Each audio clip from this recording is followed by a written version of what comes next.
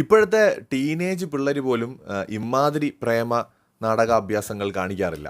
So Bigg Boss Malayalam season 6ൻ്റെ ചില അപ്ഡേറ്റുകളിലേക്ക് പോകാം. ഇന്നലെ അർജുനും ശ്രീതുവും തമ്മിൽ കുറേ നേരം വ്യക്തിക്കഥ പറഞ്ഞുകൊണ്ട് സംസാരിക്കുന്നത് നിങ്ങൾ കണ്ടു കാണും. പലർക്കും മനസ്സിലായിട്ടുണ്ടാവില്ല എന്താണ് അവരുദ്ദേശിച്ചതെന്ന്. സോ അതുകൊണ്ട് അങ്ങനെ ലളിതമായി പറഞ്ഞേക്കാം.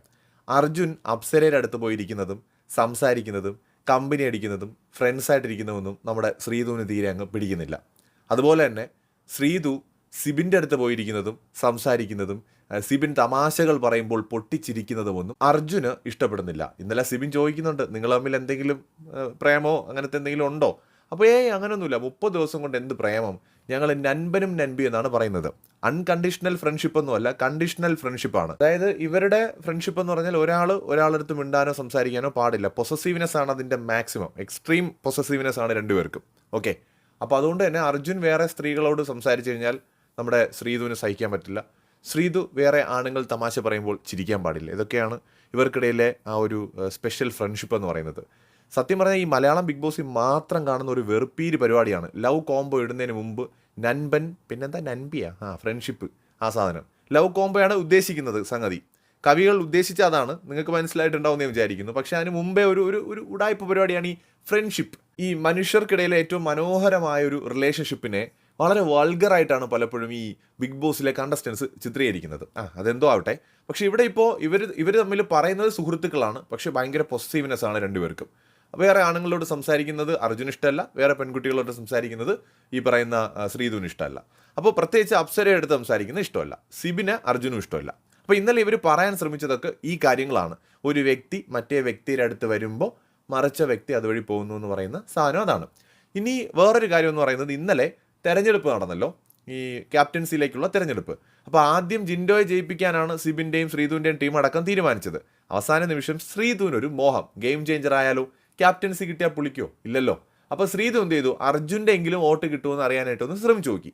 അതിനു മുമ്പ് അർജുൻ ഗബ്രിക്ക് വാക്ക് കൊടുത്തിരുന്നു വോട്ട് ചെയ്യാന്നുള്ളത്.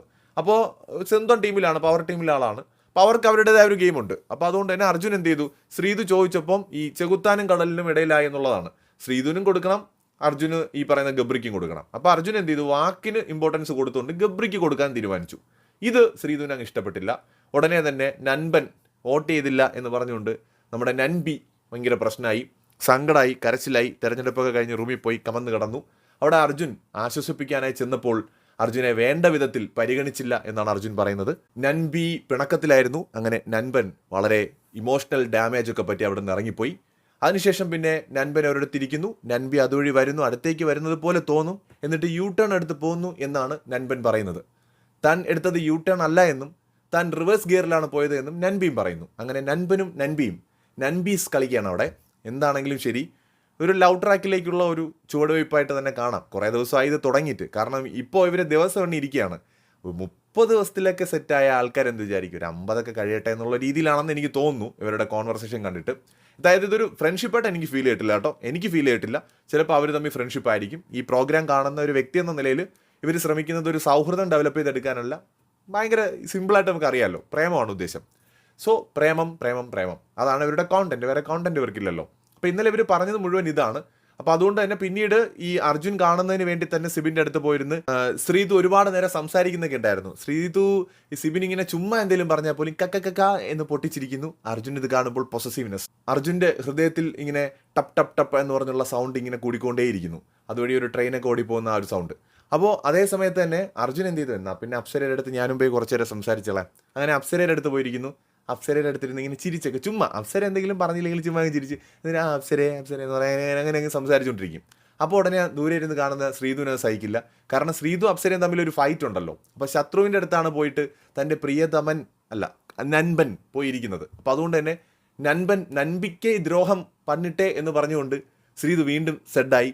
അങ്ങനെ കരഞ്ഞുകൊണ്ടൊക്കെ നടന്നു. അങ്ങനെ ഏറ്റവും ഒടുവിൽ പറഞ്ഞിട്ട് തീരുന്നില്ല. അങ്ങനെ ഏറ്റവും ഒടുവിൽ ബിഗ് ബോസ് വീട്ടിൽ പാറിപ്പറന്ന് നടക്കുന്ന നമ്മുടെ ഹംസം റസ്മിൻ ഭായ് വേണ്ടി വന്നു ഇതിനകത്തൊരു മഞ്ഞുരുകൽ ഉണ്ടാവാനായിട്ട്. അങ്ങനെ റസ്മിൻ്റെ പ്രത്യേക ഇടനില ഡിസ്കഷൻസ് പ്രകാരം അവർ തമ്മിലുള്ള പ്രശ്നങ്ങളൊക്കെ രമ്യതയിലെത്തുന്നതാണ് ഇന്നലെ നമ്മൾ 1:30-2 മണിവരെ ഇരുന്ന് കണ്ടത്.